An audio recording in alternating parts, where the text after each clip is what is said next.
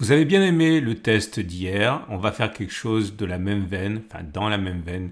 Que se passe-t-il après que l'on a eu 4 chandeliers verts? Est-ce qu'on peut s'attendre à ce que ça monte encore ou est-ce qu'on peut s'attendre à ce que ça fasse l'inverse? Réponse dans la vidéo. Salut, c'est Trado, content de vous retrouver pour la mise à jour de l'analyse technique du CAC 40 et une séance pleine d'espoir paradoxalement puisque comme vous pouvez le voir, c'est vert, ce qui veut dire qu'on a clôturé plus haut que l'on a ouvert, ça veut dire ça vert, hein, ça veut pas dire que ça a monté, hein. Regarde bien, on est à moins 0,38 et pourtant c'est vert, hein. Donc vert ça veut simplement traduire la puissance intrinsèque, qu'elle soit haussière ou baissière. Et franchement, c'est pas mal compte tenu du fait qu'on a ouvert à moins 1, enfin on a fait jusqu'à moins 1,3 et on a commencé à moins 1,2. Pour l'instant, j'ai envie de dire que après cette passe d'armes, les haussiers ont plutôt un avantage psychologique parce qu'on n'a pas été épargné hein, par le news flow, enfin par les actualités. Et j'ai envie de dire que pour l'instant, rien à dire, rien à circuler, il n'y a rien à voir. Ça reste pour l'instant un rebond technique qui tient. Qui tient pourquoi? Parce que c'est une zone importante, les 69,068,00, on l'a vu, hein, c'est la zone ici qui a déjà préservé les cours de l'effondrement en mars. Également, mais ça aussi c'est de la redite pour les nouveaux, il y a un canal descendant, on a rebondi en bas, et puis il y a une vague de Wolf ici, 1, 2, 3, 4, 5, bon excusez-moi c'est un peu ardu si vous débutez, mais il y a toujours des nouveaux, et ça normalement ça veut dire qu'on est sur une situation de rebond technique. Alors la bougie du jour, je l'ai dit, elle est verte, c'est donc une pression haussière qui se manifeste. On a les bougies avec Kinashi, forcément elles ne peuvent pas être bonnes, hein, puisque voilà on a baissé, mais c'est pas extrêmement baissier, c'est rouge, ok, mais c'est pas des grandes bougies baissières longues sans mèche haute, hein, au contraire, c'est plutôt de l'indécision pour l'instant. Alors vous avez bien aimé, et merci beaucoup hein, des commentaires sympathiques que vous avez laissés sur ma vidéo YouTube. Donc j'ai décidé d'aller un petit peu plus loin, mais dans le même genre, à savoir, regardez. On a eu aujourd'hui 4 bougies vertes. Alors vous avez bien compris, 4 bougies vertes, ça ne veut pas dire 4 bougies de hausse. 4 bougies vertes, ça veut dire 4 bougies où on a ouvert plus bas qu'on a terminé, donc avec une pression haussière. Et c'est vrai qu'à partir de là, il est légitime de se demander ce qui pourrait bien se passer maintenant après une telle pression haussière. Eh bien, c'est ce qu'on va voir et c'est ce que j'ai regardé pour vous aujourd'hui dans ce test. Et voilà ce que ça donne. Alors regardez, je vais vous donner un exemple qui a bien fonctionné. C'est toujours plus facile au début. Voilà, là. Parfait.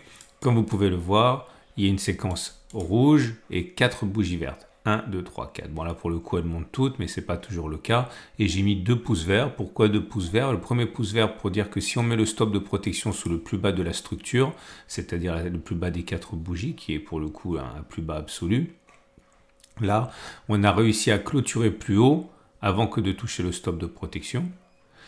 Et j'ai mis un deuxième pouce vert pour dire que non seulement on a clôturé plus haut, mais on a fait la même distance au moins qui séparait les plus bas, le stop de protection, moins 4,80 vers le haut. On a fait même beaucoup plus, hein, mais enfin on a fait au moins une fois la distance. Et là, vous avez un seul pouce vert et un pouce rouge. Pourquoi? Parce que vous retrouvez la séquence 4 vertes. On prend la distance au stop de protection, donc le plus bas de la structure à 4 bougies, 3,01. Et au mieux, on a fait 3,20. Non, je me suis trompé, ça a fonctionné. Je ne sais pas pourquoi j'ai dit que ça fonctionnait. 3,01, 3,20, non, autant pour moi. Ça a fonctionné. Là, par contre, ça n'a pas fonctionné puisque vous avez bien votre structure à 4 bougies. Et comme vous pouvez le constater, eh bien, vous mettez un stop de protection à 1,99. Est-ce qu'on est allé plus bas? Est-ce qu'on est plus haut? Oui. Mais est-ce qu'on a réussi à faire la même distance vers le haut? Non, hein, puisqu'on a été sorti sur le stop de protection là. Et là, ouais, petite parenthèse, vous voyez pourquoi je vous montre toujours ce que je fais? Parce qu'il y a toujours des erreurs qui peuvent se glisser malgré les efforts que je fais. Je suis vraiment pas infaillible. Et donc à partir de là, je préfère vous montrer, à vous de poser, de vérifier si vous voulez être sûr de ce que je dis, ce qui est toujours quand même, on va dire, un peu mieux que ne rien faire, mais pas aussi bien que faire les choses vous-même, hein. 2 bougies rouges ici, puisque enfin deux flèches rouges, parce que vous avez eu la séquence 4 vertes, là, mais derrière, pouf, tout de suite, on est allé chercher le stop de protection et on n'a même pas fait une clôture plus haut. Ok? Donc 2 rouges. Donc je fais passer, je défile. Alors j'ai quand même surligné, enfin encadré deux configurations qui sont complètement valables et qui ont bien fonctionné. Regardez là, vous voyez, 1, 2, 3, 4.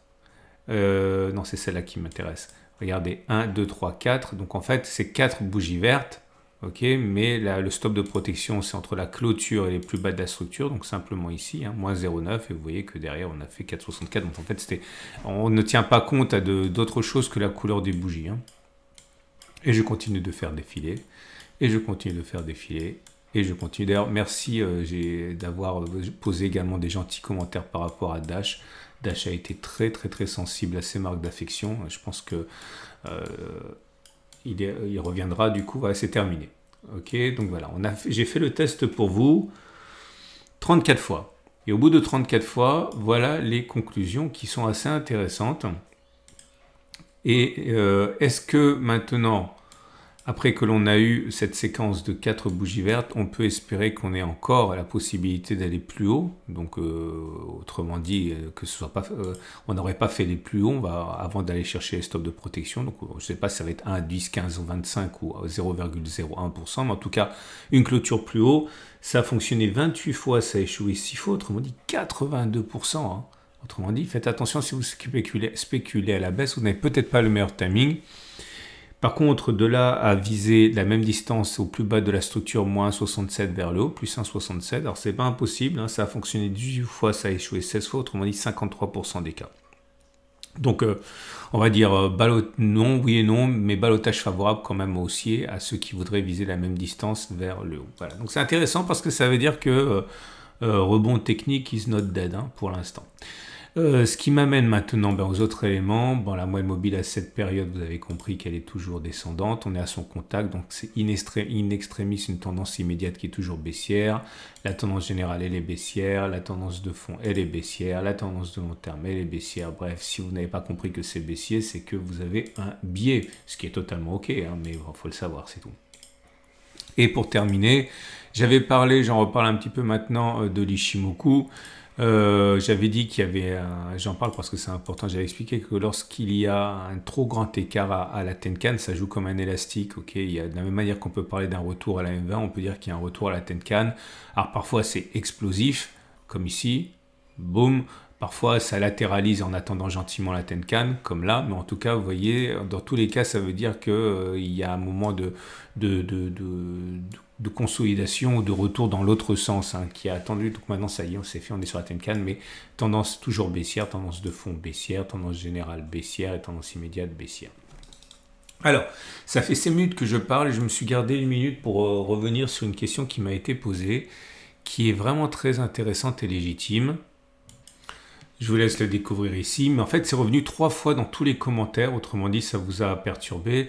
En fait c'était la même remarque qui était Trado, je comprends pas parce que pourquoi tu t'intéresses pas à ce qu'a fait le Nasdaq, les marchés américains au moment où tu fais ta vidéo, puisque c'est facile, hein, vu que je le fais au milieu de la nuit et que les marchés américains ont fermé, ça donne une idée de ce que va faire le marché français le lendemain. Clairement, et ça a été dit, avec un Nasdaq qui s'est cassé la figure, voire effondré la veille, il était clair que avant même que je ne vous fasse des propositions de trade, mon stop de protection avait déjà été touché. Autrement dit, c'était mort dans l'œuf. Il n'y avait aucune chance pour que je ne me fasse pas sortir. Très bonne question. 2 réponses. Une réponse méthodologique, une réponse morale. La réponse morale, c'est que je ne veux pas le faire parce que, encore une fois, vous me faites confiance, vous êtes des milliers à me suivre, à regarder mes vidéos, vous êtes maintenant, je crois, 30 000 à être abonnés, c'est une énorme marque de confiance.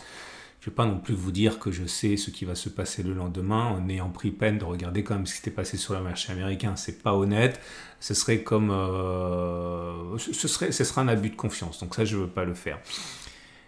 Mais surtout, j'ai envie de dire, il y a un problème méthodologique si je le fais, parce que je ne peux pas être d'un côté le chantre d'un trading systématique qui dit, voilà, il faut se tenir à ce qui a été backtesté, et puis faire encore la même chose, quoi qu'il arrive, contre vent et marée, blablabla.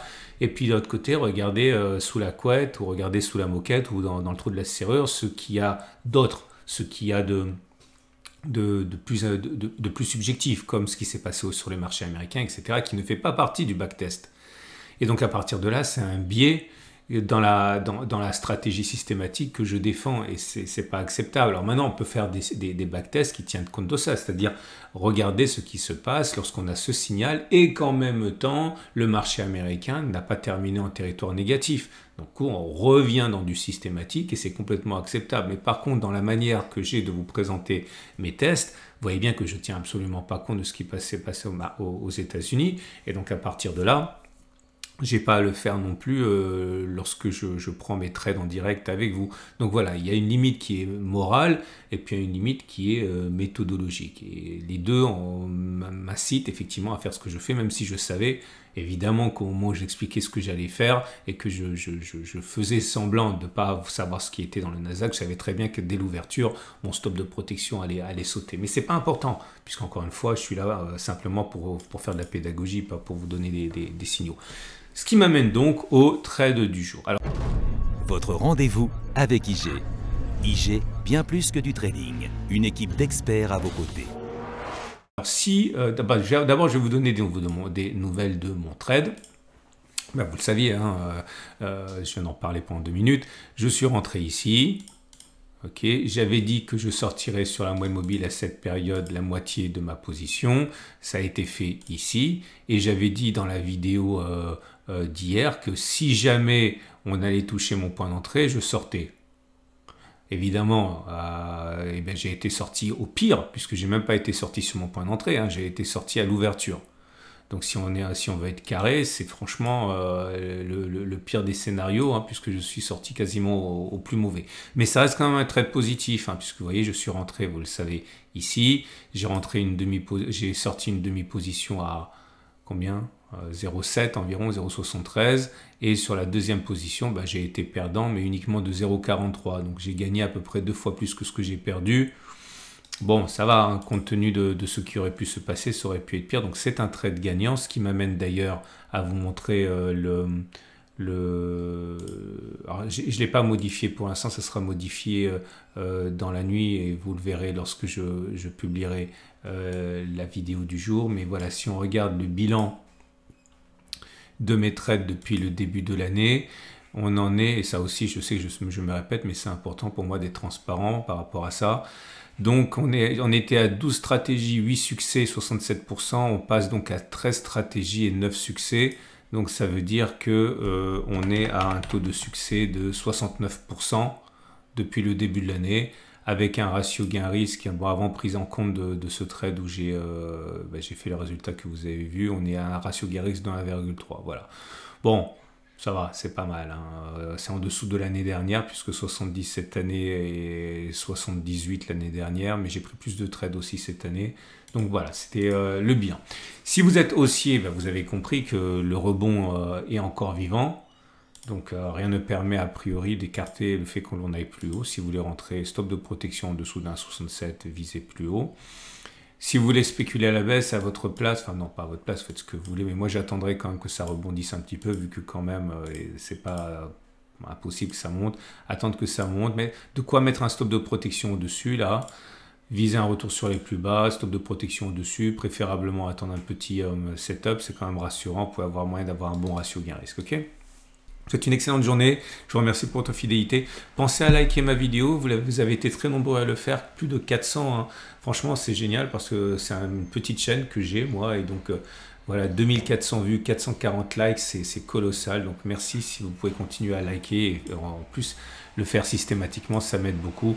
À demain pour la mise à jour et vous avez plein de vidéos, y compris des choses qui vous attendent dans l'onglet communauté de ma chaîne YouTube.